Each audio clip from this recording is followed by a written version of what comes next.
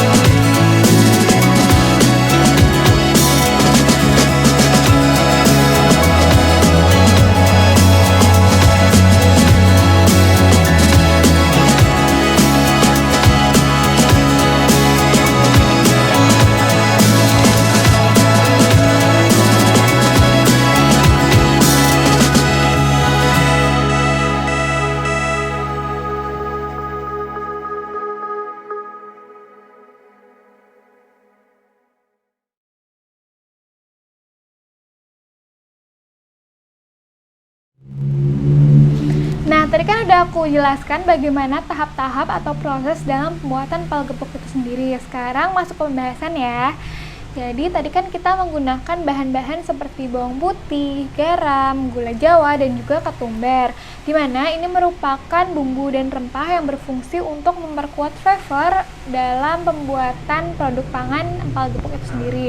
Nah, hal ini juga sesuai dengan pernyataan Syamsir tahun 2010 yang menyatakan bahwa bumbu dan rempah ini memiliki fungsi untuk memperkuat flavor pada produk pangan. Dan sebaiknya kita gunakan bumbu dan rempah yang masih segar ya, supaya flavor atau rasa yang diciptakan ini lebih kuat dan juga lebih enak. Dalam pembuatan daging, hal pertama yang harus kita lakukan ini adalah melakukan perebusan daging pada suhu 70 hingga 80 derajat Celcius selama kurang lebih 20-40 menit atau sampai daging itu terlihat mengambang di atas permukaan air. Menurut Sari et al. Tahun 2016, perebusan ini bertujuan untuk mengurangi jumlah mikroba yang ada pada daging dan juga dapat mencegah pencemaran silang pada daging. Selain itu, perebusan ini juga bertujuan untuk mengempukkan daging sehingga tidak terlalu alot. Oh iya, dalam proses perebusan daging ini juga tidak boleh terlalu lama ya, karena perebusan yang terlalu lama ini justru dapat meningkatkan kealotan pada daging. Selain itu juga dapat membuat daging menjadi lebih kering. Hal ini sesuai dengan pernyataan Octaviani tahun 2018 yang menyatakan bahwa suhu yang terlalu tinggi dan juga perebusan yang terlalu lama itu dapat menyebabkan daging menjadi alot karena protein myofibril yang ada di dalam daging itu mengalami koagulasi. Oleh karena itu diperlukan waktu dan juga suhu yang tepat untuk memperoleh keempukan pada daging, di mana waktu dan suhu yang tepat ini dapat menyebabkan dapat memicu terjadinya konversi kolagen menjadi gelatin yang dapat meningkatkan keempukan daging.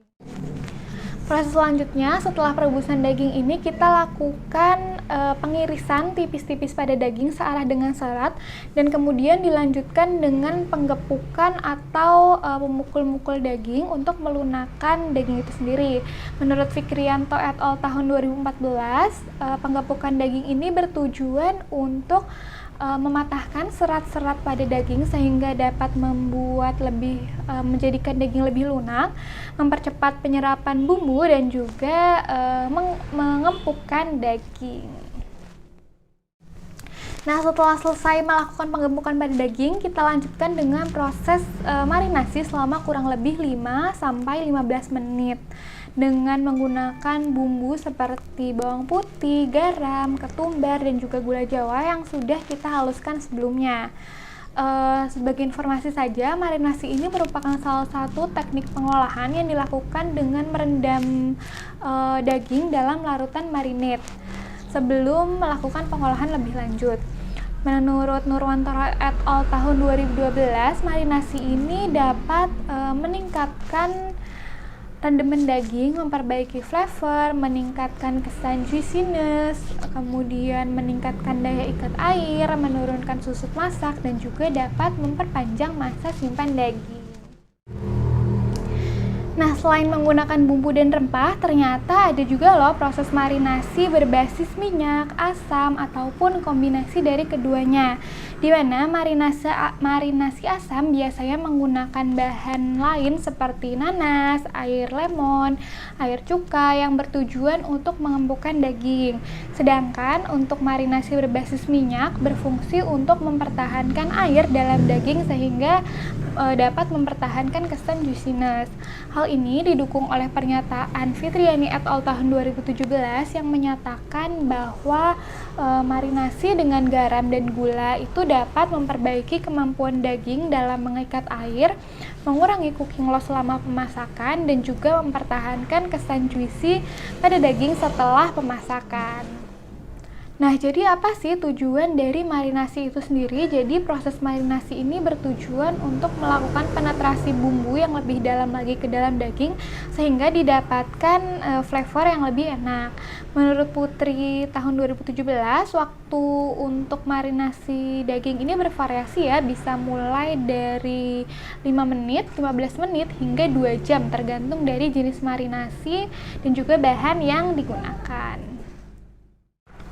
Nah, setelah selesai melakukan proses marinasi, tahap terakhir yang kita lakukan dalam pembuatan empal gepuk ini adalah melakukan penggorengan hingga terjadi perubahan warna agak kecoklatan. Nah, setelah selesai proses penggorengan, empal gepuk tadi sudah bisa kita nikmati ataupun kita simpan selama beberapa hari dalam wadah tertutup apabila ingin diawetkan. Nah, selanjutnya kita masuk ke analisis sensori di mana yang pertama akan aku bahas adalah warnanya dulu. Nah, empal gepuk ini sendiri setelah penggorengan itu dia menghasilkan warna coklat agak kehitaman, di mana hal ini terjadi akibat penambahan gula Jawa dalam proses pembuatannya itu dapat menyebabkan terjadinya reaksi Maillard pada saat penggorengan. Hal ini sesuai dengan pernyataan Febrianingsih tahun 2016 yang menyatakan bahwa warna coklat pada daging itu dapat terbentuk akibat adanya reaksi antara gugus karbonil pada gula dan juga gugus amino pada daging yang menyebabkan reaksi Maillard dan menghasilkan warna coklat agak kehitaman. Reaksi Maillard yang terjadi selama penggorengan ternyata tidak hanya mempengaruhi rasa dari empal gepuk itu sendiri, tetapi juga dapat memberikan aroma yang khas. Selain karena reaksi Maillard, aroma yang khas ini dapat disebabkan karena adanya penambahan bumbu dan juga rempah selama proses pembuatannya. Hal ini sesuai dengan pernyataan Bani et al. Tahun 2020 yang menyatakan bahwa reaksi Maillard akibat penambahan gula Jawa dalam proses pembuatan empal gepuk ini dapat memberikan aroma dan juga rasa yang khas pada daging. Nah, sedikit tambahan mengenai reaksi Maillard ini juga tidak hanya terjadi pada proses pembuatan empal gepuk, tetapi reaksi Maillard ini dapat terjadi pada banyak proses pembuatan pangan. Menurut Liu et al. Tahun 2012, faktor-faktor yang dapat mempengaruhi reaksi Maillard diantaranya adalah suhu, waktu, sifat intrinsik dari protein dan juga gula, gugus asam amino, rasio pengaruh penambahan gula, dan reaksi ini mempunyai keunggulan dalam pembuatan produk pangan dan juga modifikasi protein-protein pangan dalam dunia industri. Oke, selesai sudah penjelasan aku mengenai proses pembuatan empal gepuk dan juga beberapa penjelasan mengenai empal gepuk itu sendiri. Semoga bermanfaat. Silakan praktekkan di rumah karena proses pembuatan empal gepuk ini sangat mudah dan juga sangat murah untuk dilakukan. Terima kasih teman-teman semuanya sudah menonton. Sampai jumpa.